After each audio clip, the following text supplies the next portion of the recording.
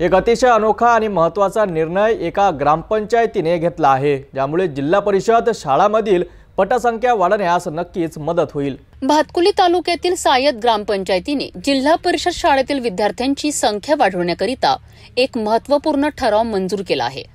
या ठरावानुसार ज्या विद्यार्थ्यांचा प्रवेश पहिल्या वर्गात जिल्हा परिषद शाळेत निश्चित होईल, त्या पाल्यांचा आई-वडिलांच्या नावे असलेली घरपट्टी आणि पाणीपट्टी पूर्णपणे माफ करण्यात येणार आहे। ग्रामपंचायत सायत येथील सरपंच अन्नपूर्णाताई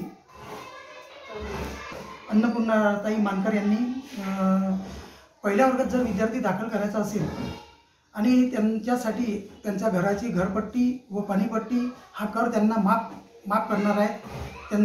त्यासाठी त्या सायत ग्रामपंचायत प्रयत्न करत आहे। त्यांचा हा उपक्रम खूप छान आहे आणि यामुळे आमच्या शाळेला फार फरक पडलेला आहे।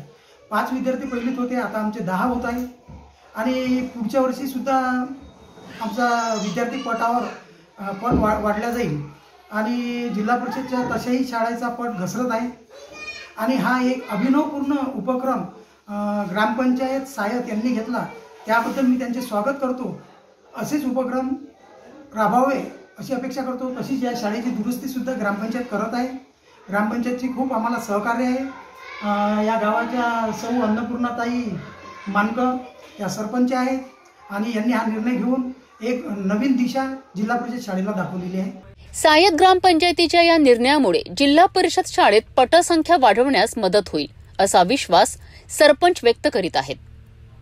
जिल्हा परिषद शाळेचे मुख्याध्यापक अमोल आखाडे आणि सायत ग्रामपंचायतीच्या सरपंच अन्नपूर्णा मानकर यांनी या निर्णयाबाबत माहिती दिली आहे।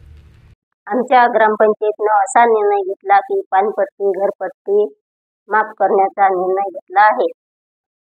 त्यामुळे मुलं मुली कमी होत आहेत। आमच्या शाळेची पटसंख्या वाढली पाहिजे म्हणून असा निर्णय घेतला आहे। ग्रामपंचायतीने असाच निर्णय घेतला पाहिजे की सर्व ग्रामपंचायतीची शाळेची पटसंख्या वाढली पाहिजे।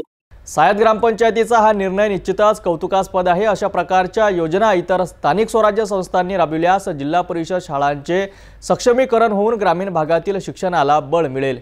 या बातमीबद्दल आपले काय मत आहे आम्हाला कमेंट बॉक्समध्ये नक्की कळवा।